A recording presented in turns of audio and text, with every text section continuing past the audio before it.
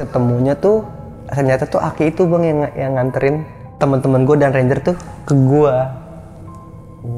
Oke. Ternyata tuh gue tuh ditemuin tuh pakai secara inilah ritualnya dia gue. Ritual gitu. Iya. Gue disuruh mandi lagi nih bang. Tapi kan gue awal udah mandi nih bersih.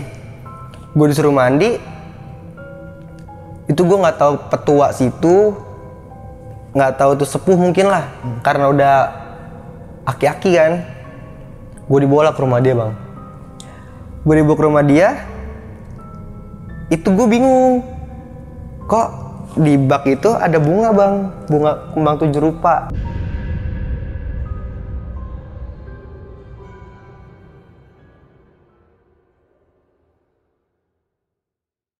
Assalamualaikum warahmatullahi wabarakatuh. Balik lagi bareng gue Ibnu Fitur Sidik di Timur Misteri. Nah, di kesempatan kali ini masih sama seperti video sebelumnya, gue sudah kedatangan narasumber yang akan menceritakan pengalaman horornya. Tapi di video kali ini narasumber gue akan menceritakan kisah pengalamannya ketika mendaki gunung nih. Dia tersesat dan diketemukan dengan kondisi yang katanya ini sampai dimandikan sama pituah di sana. Seperti apa ceritanya? Lebih baik kita sapa dan berkenalan langsung sama si narasumbernya. Bang Amu, apa kabar Bang Amu? Alhamdulillah bang, baik bang. Thank you nih Mo, udah mau mampir ke Timur Misteri berbagi pengalamannya pendakian nih. Iya. Pengalaman pendakian lu di 2015 ya? 2015 bang. Di jalur yang jarang pendaki lewati nih. Iya Jalur bang. Salabintana, gokil nih jalur yang memang, gokil jalurnya Bu ya. Gokil parah bang. Dan katanya di situ lu tersesat ya Bu ya? Tersesat gue bang. Oke, hal apa Mu yang bikin lu tersesat tuh Mu? Jadi tuh gue dirasa dihantui tuh bang.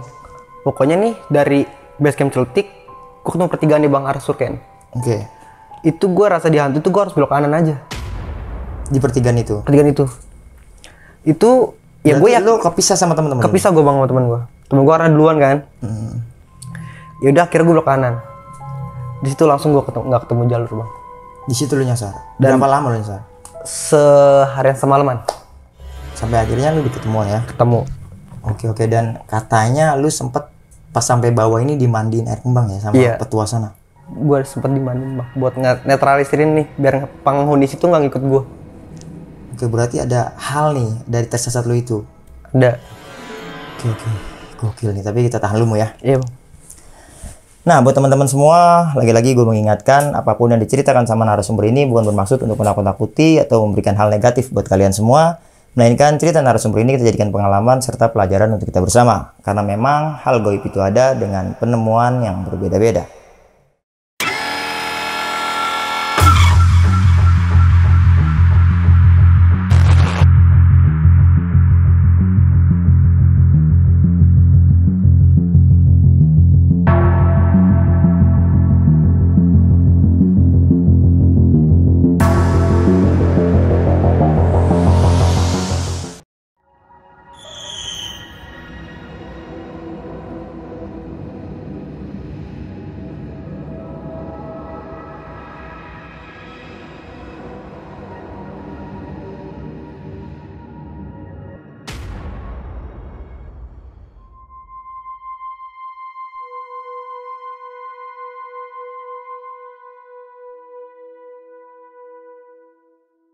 Oke, Mu, bisa lu ceritain gak Mu dari awalnya sampai lu nemuin kejadian itu gitu gimana Mu?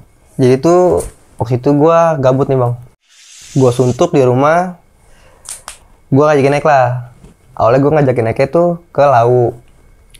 Tujuan awal Lau? Tujuan awal Lau. Tiba-tiba temen gue nyentuk nih satu. Gue naik bertiga tuh. Terus gini, kita ke Gede aja dulu, kata dia gitu. Tapi lewat Salabintana. Sukabumi ya? Sukabumi. Dulu tuh zaman kalau kata pendaki Laos tuh dulu gue denger Ciplang. Iya. Ciplang tuh. Yaudahlah, akhirnya gue tentuin hari. Dari H, kita prepare, berangkatlah bang gue. Itu gue berangkat di sekitar jam 12 siang.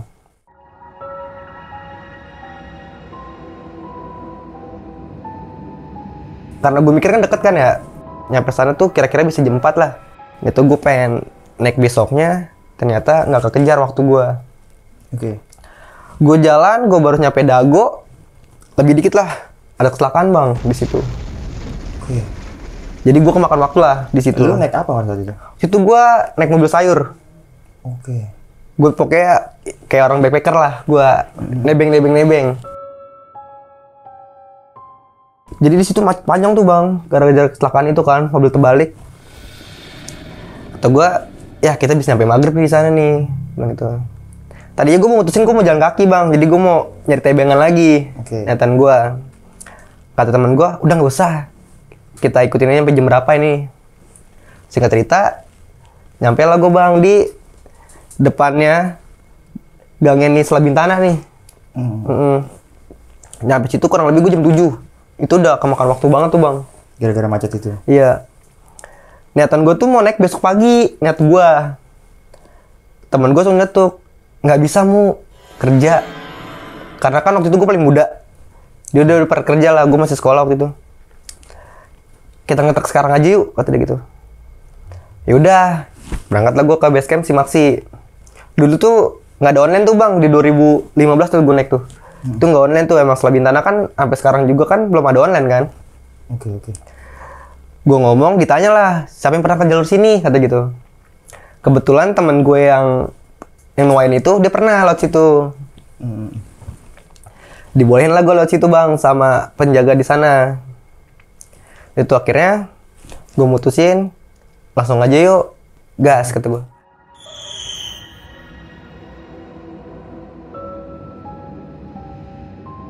Kita berangkat, wih jalur ketutup. Ternyata temen gue persiapan bang, dia bawa golok. Akhirnya gue sambil ngeraba jalur, ngebabat itu tuh yang pohon-pohonan udah pada rindang. Bisa lu ceritain gak sih Mu, situasi di 2015 itu jalur Selabin Tanah gimana? Mungkin emang di situ jarak pendaki naik lewat situ bang ya? Jarang ya? Jarang banget. Ya sampai saat ini sih memang jarang ya. Bahkan sampai satu pendaki pun nggak ada waktu itu gue naik di situ. Itu rindang banget bang, ketutup jalur. Sampai matahari aja mungkin nggak masuk. Nggak kelihatan bang. Itu pokoknya, wah rimbun banget gue liat situ. Dia tuh, singkat cerita, jalan menuju pos 1. Itu pohon bertumbang banyak bang, baik pohon tumbang di situ. Pokoknya itu di situ perasaan gue udah gak enak banget. Dan temen gue mutusin gini, nanti gue jangan duluan, lu bro di belakang ya, lu ikutin jalur yang gue tandain, kata dia. Dia tuh pas udah habis briefing kayak gitu, ternyata tuh berubah bang. Ternyata dia di depan, gue di belakang. Dia berdua akhirnya. Dan gue putusin, ya karena gue bocahnya soto ya, bilang, yaudah nggak apa-apa gue di belakang, gue bilang gitu. Yang penting lu nandainnya jelas, gue bilang gitu. Dia jalan, kurang lebih 10 menit dia jalan, gue jalan tuh bang. Karena kan bawaan gue lebih banyak kan daripada mereka. Gue jalan, sampai lah gue di pos 1.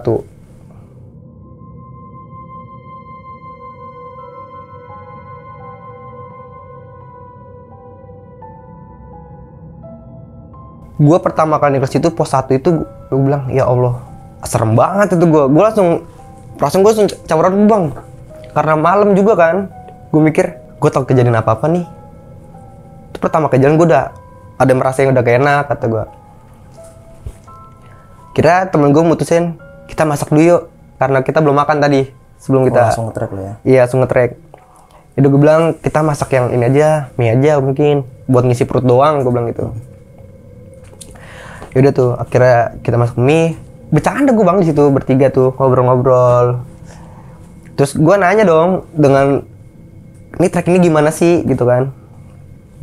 Gue nanya ke dia, ini kita kira-kira nyampe jam berapa? Sampai Surken. Estimasi. Karena gue awal tuh 7:30 kan gue ya, 7:30 gue nyalek, dia ngomong, paling jam 1 jam 2 kata dia. Bahkan bisa sampai pagi kata dia. Kalau kita ngelambat. Panjang treknya ya? Panjang banget. Situ gue ngedonong bang. Aduh, gue baru nyampe pos 1 nih. Itu aja, gue dari base camp si Maxi ke pos 1 aja itu udah jam 10 malam. Iya. Itu gue, yaudah, gue bilang, emang di situ nggak ada buat ngecamp kan, lalu ngecamp. Kira kita mesti jalan lagi. Niatan gue tuh emang gue tuh mau ngecamp bang, nyari tempat buat ngecamp yang landai lah. Gitu. Iya.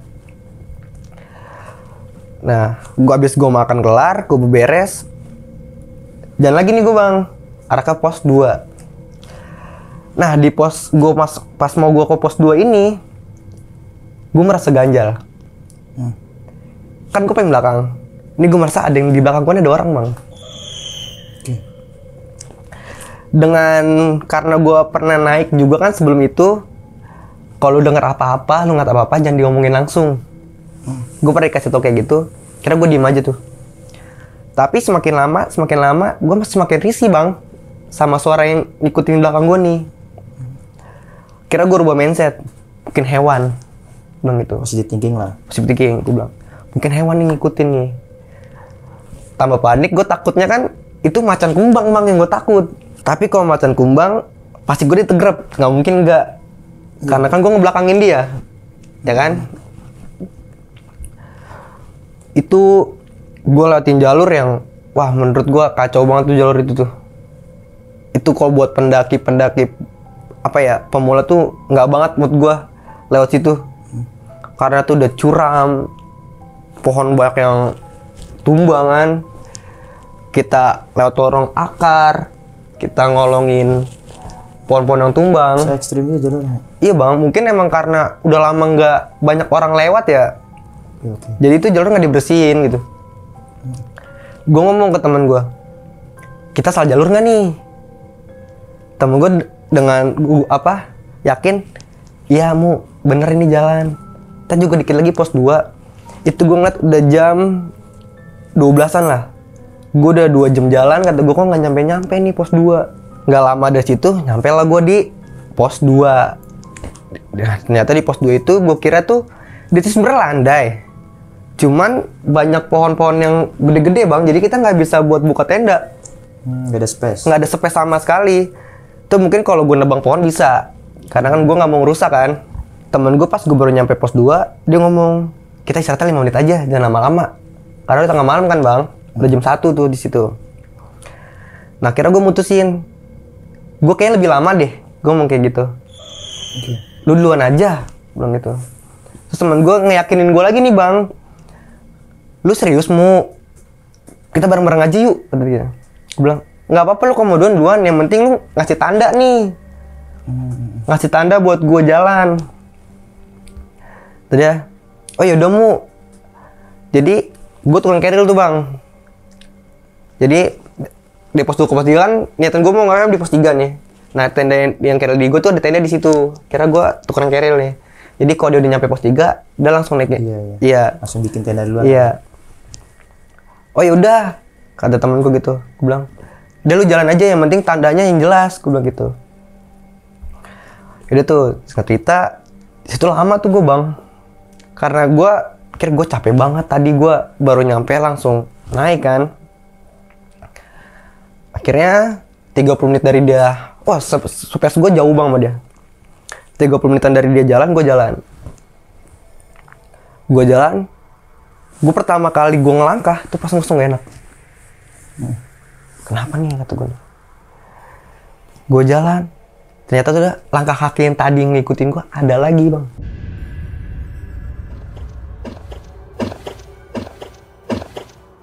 Udah gue mutusin jalan, tuh gue hiraukan aja bang. Tapi semakin lama gue semakin risih nih bang. Itu jalanan tuh rimbun banget bang. Nah nggak lama tuh gue ketemu jembatan bang, jembatan gantung tuh. Tapi di saat gue 2015 tuh udah rubuh jembatannya. Udah putus. Dan treknya itu ternyata gue turun ke bawah bang. Oke, karena jembatannya putus. Jembat putus, gue turun ke bawah. Pas bawah itu pacet banyak banget bang. Mungkin kalau pendaki bilang tuh surganya pacet di situ. Berarti lembab berarti ya? Lembab banget bang di situ. Dan sampai nggak terasa tuh di kaki gue tuh udah kayak mie sih menurut gue. Banyak banget itu pacet. Kira kan tuh pacet, kata gue ntar menunggu ketemu temen gue baru gue bersihin nih menurut gue gitu. Gue jalan, gue tuh hampir salah jalan bang. Pas gue lagi nyari jalan, gue nyenter kan bang sekeliling. Ternyata teman gue tuh pakai tali plastik bang. Tali plastik itu warna hitam, jadi kan nggak kelihatan ya. Malam, udah tuh kata gue, oh mungkin kesini. Gue ikutin. Sekitarnya sampai lah gue bang di pos 3. Itu pos Ciltik kalau nggak salah itu namanya. Oke. Itu kita mutusin ngecamp di situ. Itu gue kurang lebih udah jam setengah 4 bang, setengah 4 jam 4 lah gue di situ. Oke. Itu menurut gue jauh banget trek. Kira kita mutusin situ, gue bilang temen gue tuh udah diriin tenda. Kira gue bersihin tuh tadi tuh pacet-pacetin kaki gue. Gue bersihin, gue cuci kaki, gue bersihin buat tidur. Jadi kita tuh nggak ada masak-masak di malam itu. Kira gue tidur, temen gue ngomong gini, kita tidur setengah jam kalau nggak sejam kata dia. Karena gue pagi campnya di Surken, kata dia gitu. Oke, tinggal satu pos lagi tuh. Iya, tinggal satu pos lagi kan. Ya gue bilang, lu kok mau duluan aja. Deket kan paling 15 menit, dia ngomong gitu bang. Paling di sini 15 menit ke situ. Dalam hati gue, berarti deket nih. Gue bilang lu kok mau duluan aja ke Surken. Nanti tenda gue yang beresin. Gue ngomong gitu. Akhirnya gue bangun di jam 5. Masih gelap tuh, gue bangun jam 5. Ternyata temen gue udah berangkat. Oke. Gue gak dibangunin tuh. Temen gue udah berangkat. Udah gue beres dong. Gue beres tenda.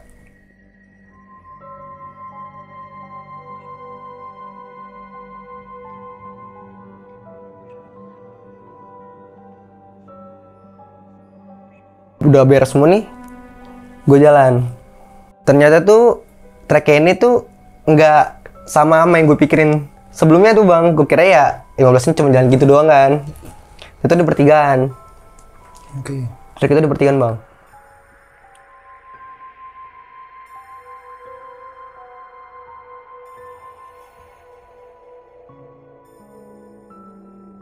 Gue bingung dong nih, gue mau kemana nih. Ya gue mutusin gue jalan ke kanan. Gue belok kanan tuh bang. Nah, hal apa yang lu mutusin buat ke kanan nih? Lu ada hal apa gitu? Kok bisa kanan ini yang lu putusin? Karena gue tuh bang kayak kepanggil aja gitu. Pede gitu. Pede, yakin banget gue nih treknya nih. Yakin gue di situ. Udah lah gue putusin gue jalan. Gue jalan. Gue kan kata temen gue 15 menit. Gue mikir sambil jalan tuh. Kok nih gue gak nyampe-nyampe. Kata gue bang. Akhirnya singkat cerita, gue malah ketemu makam bang. Oke. Gue malah ketemu makam di situ. Gue bingung dong, kok ada makam di sini? Ini makam siapa? Orang gak ada namanya kan bang ya? Gue bingung. Ini makam siapa nih? Kata gue, iya kali ini. Kalau ada makam kan, pikiran gue positif lagi. Mungkin bener nih gue jalur. Ya gue jalan. Kok lama-lama pas sampai terang nih, terang kan lama-lama tuh bang, matahari terbit. Kok malah tambah rimbun nih gue jalan, kata gue bang. Kok gue gak ketemu Surken? Itu gue masih pede bang, masih pede nih jalurnya gue bener. Gue jalan-jalan, kok semakin curam, kata gue. Emang gak ada tanda di sini? Nggak ada bang, pokoknya curam banget gitu. Jadi treknya tuh malah miring begitu tuh. Oke, terjal gitu. Terjal. Kira ya udah gue putusin jalan. Gue jalan. Kok gue nggak nyampe-nyampe, kata gue. Gue muter balik gue. Gue salah jalan pasti nih. Kata gua. Pas gue muter balik, ternyata gue nggak ketemu makam itu lagi bang. Jalurnya sama? Jalurnya tuh sama, cuman gue nggak ketemu makam itu lagi. Oke, makamnya nggak ada? Nggak ada. Petilasan gitu, Mo? Iya kayak makam petilasan gitulah. Kayak cuma dikasih batu, terus dibikin kayak makam gitu bang. Oke. Dan akhirnya gue mutusin, mungkin masih di depan nih makam, kata gue. Gue jalan, semakin rimbun. Ini semakin rimbun nih, kata gue. Di situ gue langsung merasa panik dong bang. Waduh, gue nyasar nih. Gue bilang, gue nyasar nih, gue mau kemana nih? Dan gue mutusin, gue diem dulu bang di situ. Gue diem, emang tuh matahari tuh nggak begitu terang lah. Emang karena rimbun banget kan. Karena gue di situ gue diem, maksud gue biar gue tenang gitu bang, biar gue tenang. Di situ gue minum dulu. Akhirnya gue mutusin nyari jalan. Tapi akhirnya nggak mau gue copot bang dari badan gue nggak mau nyopot. Kira gue nyari jalan, tetep bang gue nggak ketemu namanya Surken. Padahal tadi temen gue ngomong gini, 15 menit mu dari sini cuma ke Surken. Nah, dalam pikiran gue tuh, gue pengen ketemu pertigaan yang pertama kali gue jalan nih bang. Oh yang lu mutusin ke kanan? Iya, mungkin tuh gue salah jalan. Kira gue cari, gue berjam-jam gue nyari jalan, gue ketemu bang. Sampai gue ngeliat jam itu kurang lebih jam 12 siang. Lama banget. Itu gue sampai putus asa banget bang, kata gue. Dan akhirnya gue mutusin, gue buka playset. Tadi gue mau buka tenda karena nggak ada space kan, gue buka playset di situ. Gue mikir tuh, ini tenda dadakan gue nih, tenda darurat gue. Gue mikir gitu bang. Dan di situ di logistik di gue nih ada mie 2, kira 1 gue masak. Oh iya lu bawa alat juga ya? Bawa alat juga gue bang. Jadi tuh gue bawa kompor 2, 1 di gue, 1 temen gue. Dan logistik tuh di carrier temen gue sebenarnya. Karena di carrier gue juga ada mie, ya gue mutusin buat masak mie tuh 1. Nah di situ gue nggak mikir kalau gue air gue tinggal dikit. Di situ gue nggak mikir, ya udah kata gue sedapatnya aja lah kata gue. Gue masak mie di situ. Itu gue di situ kenapa gue masak biar gue tuh ngilangin pikiran gue nih yang enggak gitu bang. Biar gue tuh berusaha tenang di situ. Dia tuh akhirnya gue masak. Tuh hari semakin sore, ya gue semakin pasrah bang di situ. Dan akhirnya menjelang maghrib, gue mutusin buat buka tenda. Gue nyari space yang bener-bener tuh tenda gue tuh ke diri gitu bang. Kira gue nemu space, itu jalan landai, tapi gue denger kayak suara orang rame nih bang. Kayak ada aktivitas orang nih bang. Gue denger ini rame banget. Mungkin Surken depan gua. Gue mikir gitu bang. Gue buka tenda, keril gue taro, itu selama di jalanan itu gue kasih tanda bang, biar gue buat balik ke tenda lagi. Gue terusin suara itu, ini suara semakin lama semakin jauh, dan gue nggak berani buat mutusin buat ngejar tuh suara. Kira gue mutusin buat muter balik ke tenda, dan tuh hari udah semakin gelap bang. Kira di situ gue nyetel sholawat aja gitu, buat pikiran gue lebih rileks. Pokoknya di situ gue berusaha gue tuh tenang. Jadi tuh gue nggak mau mikir gue ini lagi nyasar. Emang sebenarnya gue lagi nyasar. Dan akhirnya gue ketiduran. Nyampe ke tenda nih? Gue nyampe ke tenda, gue ketiduran di tenda. Mungkin karena rasa lelah gue kan bang. Gue seharian nyari jalan nggak ketemu. Dan yang bikin gue tambah takut tuh, gue kebangun di jam 1 malam bang. Tuh karena ada suara sepatu kuda bang, keplak, keteplak, keteplak, keteplak, keteplak. Dan gue nggak bisa tidur lagi di situ. Karena tuh suara kayak kelilingin tenda gue bang. Suara itu hilang, ada orang ngobrol bang. Ngobrolnya tuh kayak bahasa Jawa, nggak tahu bahasa Jawa tuh nggak tahu bahasa Sunda. Dia ngobrol uplak banget gitu bang. Maksudnya seru gitu? Seru banget dia ngobrol tuh. Di situ langsung pikiran gue kacau. Itu suara gue dengerin aja bang di malam itu. Tapi lu ngerti nggak? Gue nggak ngerti bang. Kalau bahasa Sunda ya gue masih ngerti lah. Ini gue nggak tahu tuh Sunda zaman dulu, nggak tahu tuh bahasa Jawa.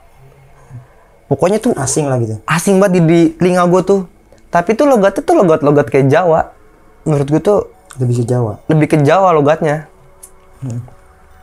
Tuh gue dengerin aja tuh, dia asik banget.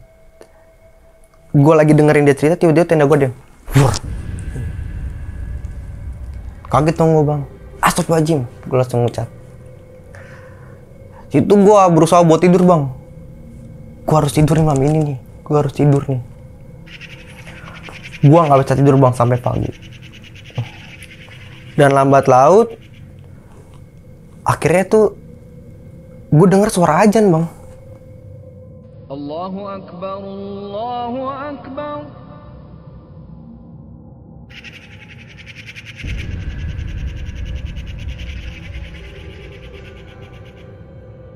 Tuh gue mikir, ih Ilok ini gue deket banget sama permukiman warga ya kan.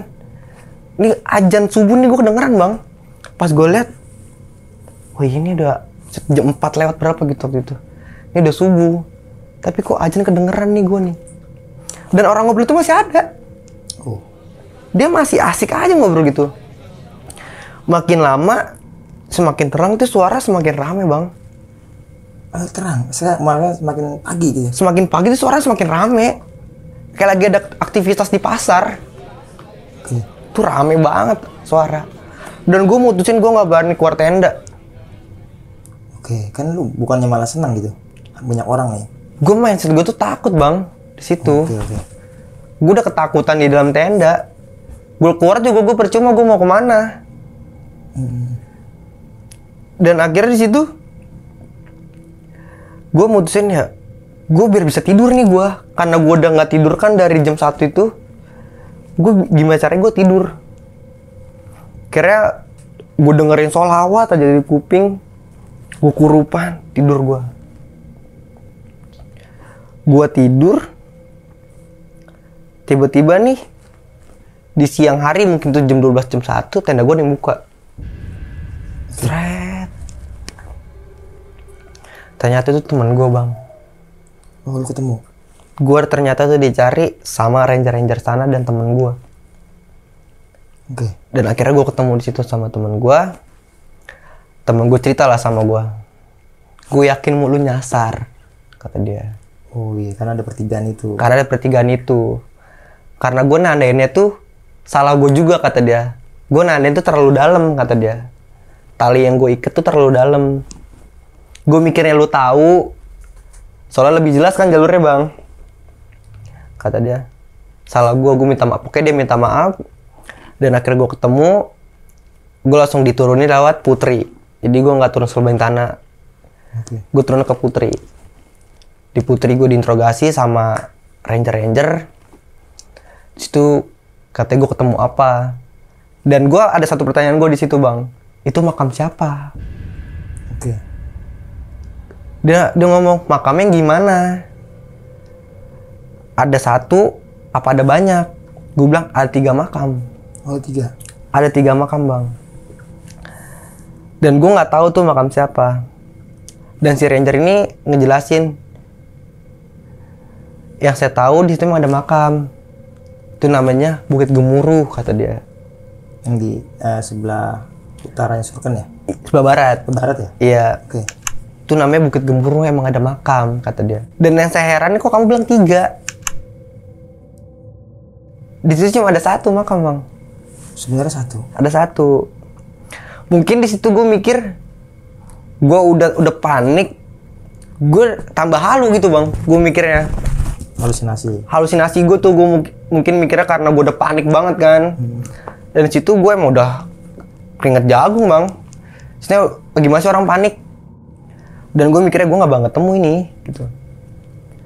Dan akhirnya gue disuruh mandi sama ranger, dikasih minum doa. Gue nggak tahu, mungkin didoain tuh.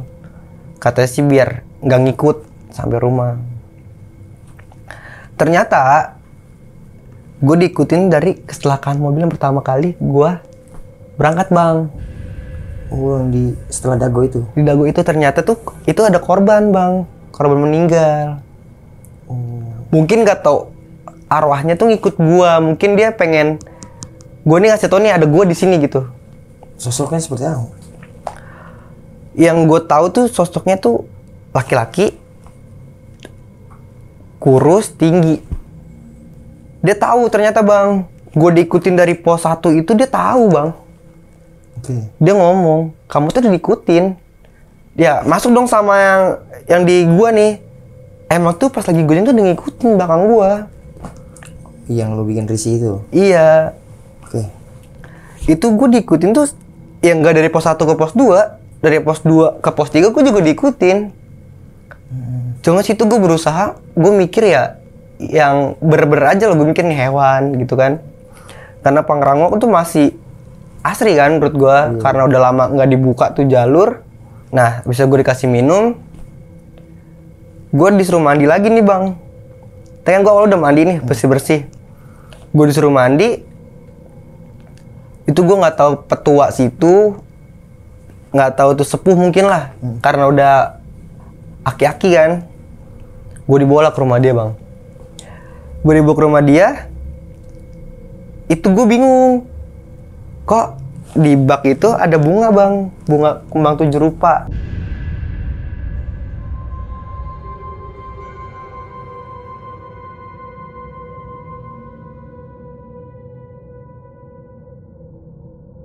Dan laki itu ngomong, kamu mandi pakai air ini ya. Kamu baca bismillah aja 3 kali katanya. Itu bang, gue ikutin dong. Udah gue mandi tuh, bar. Jelasin, kata dia, ini buat netraliserin makhluk-makhluk yang tadi ngikutin kamu. Oh, masih buat sampai base camp ini masih diikutin? Masih diikutin bang, ternyata gue bang. Oke. Tapi buat netraliserin nih, biar dia nggak ikut kamu sampai rumah katanya. Kayak penjelasan dari petuas itu begitu bang. Gua akhirnya nginep di rumah petua itu bang. Di rumah aki-aki itu sama temen gue bertiga.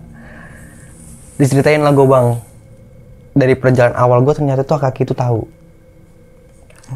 Kata dia, ini orang tuh pengen nunjukin dia ada tubuh dia tuh yang kepisah bang.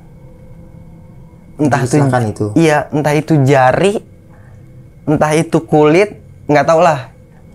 Makanya dia ngikutin kamu, kata gitu. Soalnya awalnya kamu tuh niatnya mau jalan kaki kan, mau turun dari mobil, kata gitu. Sampai tahu sampai tahu bang. Dan gue kaget dong. Kok Aki tahu, gitu kan? Iya, karena waktu itu kamu mutusin buat turun, dia tuh pengen ngasih unjuk ke kamu tadinya. Dan akhirnya dia nggak bisa lepas dari badan kamu, katanya dia gitu bang. Nah, terus kamu tuh pas pertama kali kamu datang ke base camp Ciplang itu, di daftar kamu tuh kamu berempat, nggak bertiga. Kata pihak sana. Kata pihak sana, karena pihak sana kata kita itu berempat bang. Oke. Padahal kita tuh naik itu bertiga. Nah, gue nanya dong bang, namanya siapa? Kata aki-aki itu, dia nggak jelas nih ngomongnya. Antara Randy, antara Randi bang. Oh, nama si yang ngikutin ini. Yang ikut ini, karena gue kan yang naik gue, Wisnu sama Reja. Oke. Nah Reja ini yang udah pernah lewat situ. Gue bingung, Randy apa Randi nih? Kata gue nih siapa? Berarti data si Randy ini yang ikut lu berempat kan? Di data gue. Lu si Maxi ini. Oke. Dan gue bingung.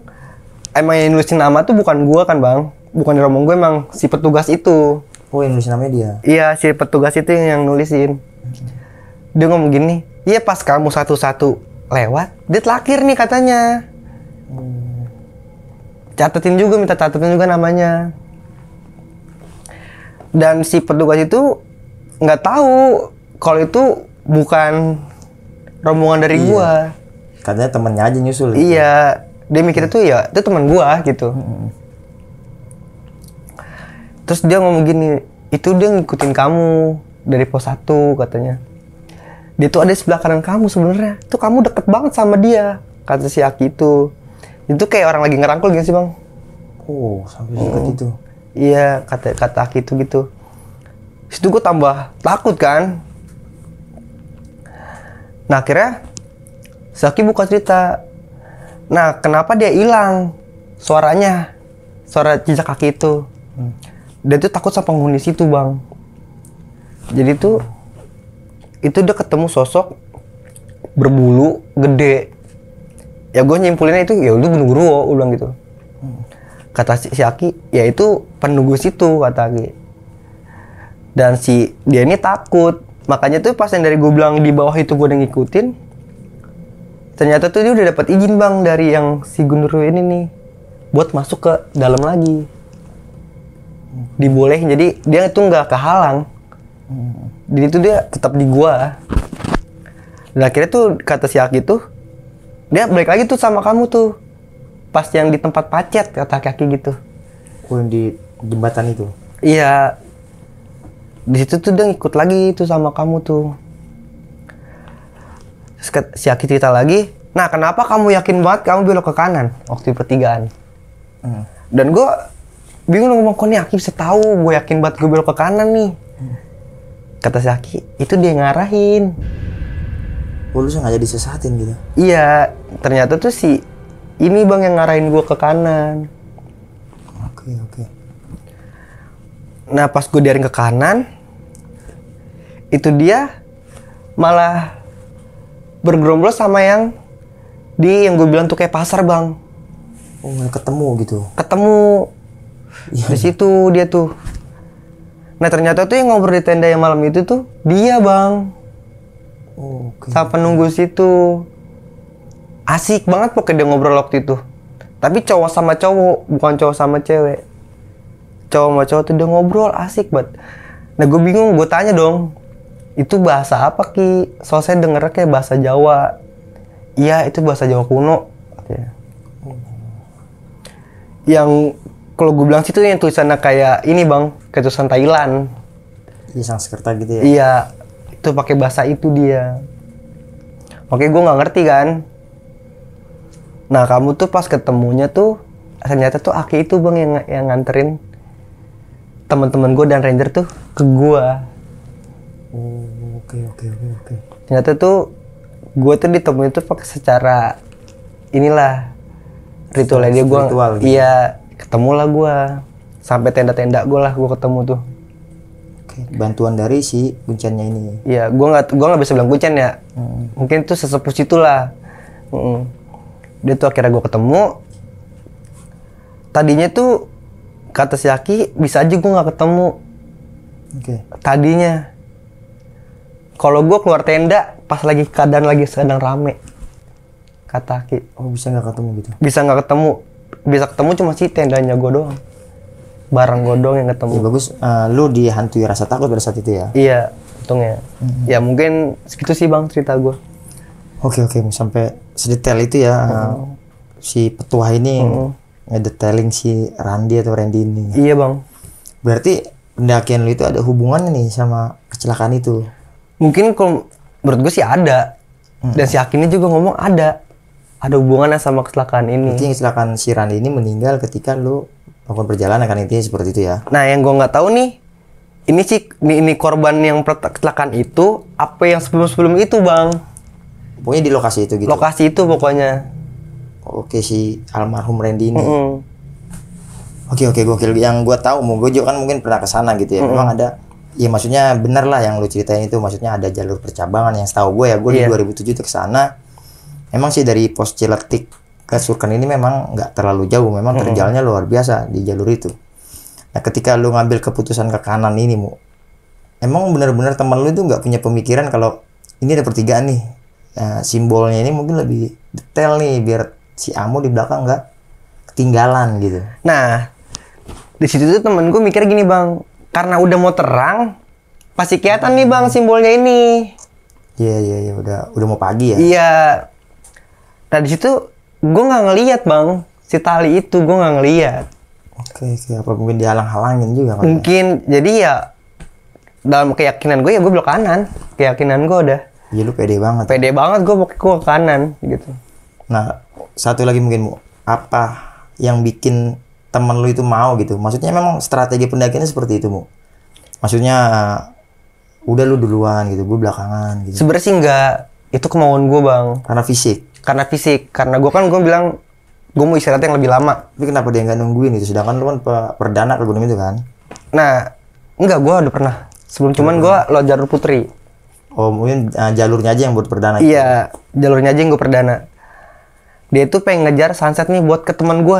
Karena teman gue satu itu baru pertama kali naik gunung. Oh ambisinya ke temen lu yang satu lagi? Iya, karena dia mikirnya karena gue udah berpengalaman, gue bisa nih ditinggal sendiri. Emang di situ fisik gue ya cuma fisik capek bang. Gue cuma pengen istirahat yang lebih lama doang. Oh jadi sebelum ke gunung-gunung itu juga lu udah banyak ke gunung-gunung lain ya? Iya. Kasarnya ada pengalaman lah. Jadi temen lu ini mau ninggal lu. Iya makanya dia berani ninggal gue bang. Oke, atas dasar itu ya. Dan dari Ciletik ke Surken ini kan nggak jauh. Iya versi informasi yang disampaikan tuh nggak jauh. Nggak jauh. Oke. Makanya itu sampai dia berani ninggalin gua kan. Oke. Nah niatnya itu dia tuh pengen ngejar si sunrise bang, dia mau ngeliat sunrise niatnya. Berarti waktu lu juga ngaret ya Mu ya? Ngaret Karena gua, Bang. setengah hari lah ada lu ya nyasar ya? Enggak bang, enggak seharian bang. Seharian ya? Seharian. Oh iya, lu pagi ketemu sore malam. Malam. Oh iya, semalaman ya? Semalaman. Gokil semalaman nyasar di Gunung Gemuruh. Pangrango ya, di puncak Pangrango juga itu ya? Puncaknya gede. Ada Gede 3 banget. puncak berarti ya? 3 puncak bang. Gemuruh, puncak gede sama puncak Pangrango. Nah mungkin satu pertanyaan bonus lagi nih Mu, satu lagi. Sekarang kan zamannya digital nih Mu ya? Iya, Bang. Apalagi 2015 ini, ya lu udah bawa handphone kan tadi lu bilang tersesat ya? Udah. Mungkin dari teman-teman juga nanya nih, kenapa nggak ada dokumentasinya gitu, sedangkan lu bawa handphone. Ntar nggak ada buktinya, ngarang segala macam gitu. Apa tanggapan lu Mu sama teman-teman yang nanya seperti itu gitu? Tanggapan gua, orang panik tuh nggak bakal inget foto bang. Oh, karena di kondisi panik tersesat ya? Di kondisi panik, lu nggak ada, bahkan gua lagi panik nih gua foto nggak mungkin bang. Oh, lu nggak kepikiran berarti? Nggak kepikiran. Pokoknya tuh pikiran gue cuman gue pengen nemu jalan. Bisa keluar dari tempat itu gitu? Gue bisa keluar di tempat itu. Itu dalam pemikiran gue. Oke. Dan buat orang yang misalkan netizen nih bilang cerita lu ngarang, karena dia belum ngerasain kayak gitu bang. Oke. Amit-amit sih jangan sampai ngerasain mungkin. Karena versi orang naik gunung itu beda-beda bang. Iya, dan kondisi situasi yang berbeda lah intinya seperti itu. Oke Mu. Terima kasih Mu sekali lagi. Dan ya intinya kita serahkan kepada pendengar lah ya. Iya. Semua teman-teman yang lihat podcast ini ya, kesimpulannya semua kita serahkan kepada teman-teman semuanya. Nah kiranya itu aja yang bisa ceritakan sama Bang Amu. Kita lagi-lagi nih ambil hikmahnya dan buang kejadian buruknya. Tetap berprasangka baik karena hal baik itu ada dengan penemuan yang berbeda-beda. Gue Ibnu Fitrul Siddiq dan Amu pamit undur diri. Wassalamualaikum warahmatullahi wabarakatuh. Mu, thank you.